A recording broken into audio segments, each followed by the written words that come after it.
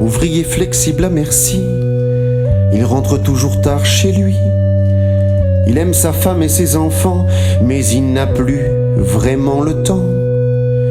Du coup les bisous, les guilis, ça passe à l'as, c'est du tant pis. Et c'est toujours le roi ennui qui se goinfre de sa famille.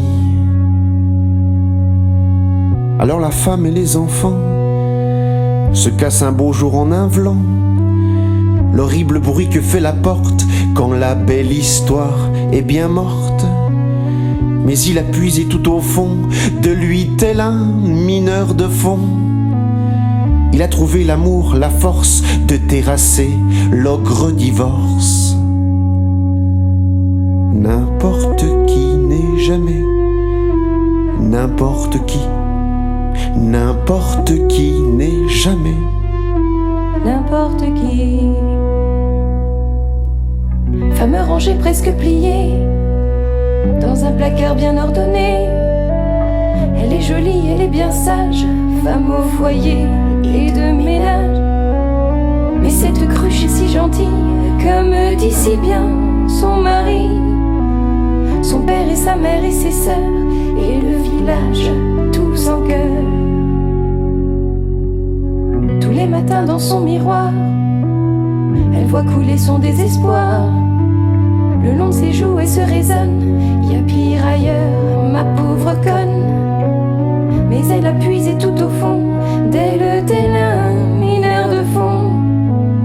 Elle a trouvé l'amour, l'élan, la force de foutre le camp.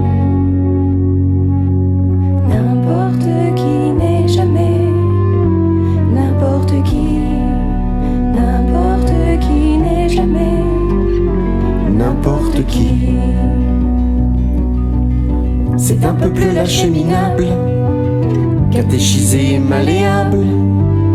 À coups de slogans, de logos, un peuple mené en bateau. C'est un peuple de braves gens et qui, selon ses dirigeants, ne saurait pas se révolter. Bref, un peuple enfin dominé. Il accepte tout avachi devant ses écrans dans son lit. Il perd sa voix, il perd son nom.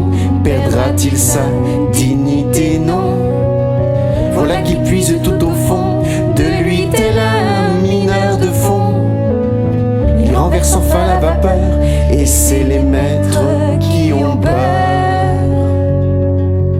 N'importe qui n'est jamais n'importe qui.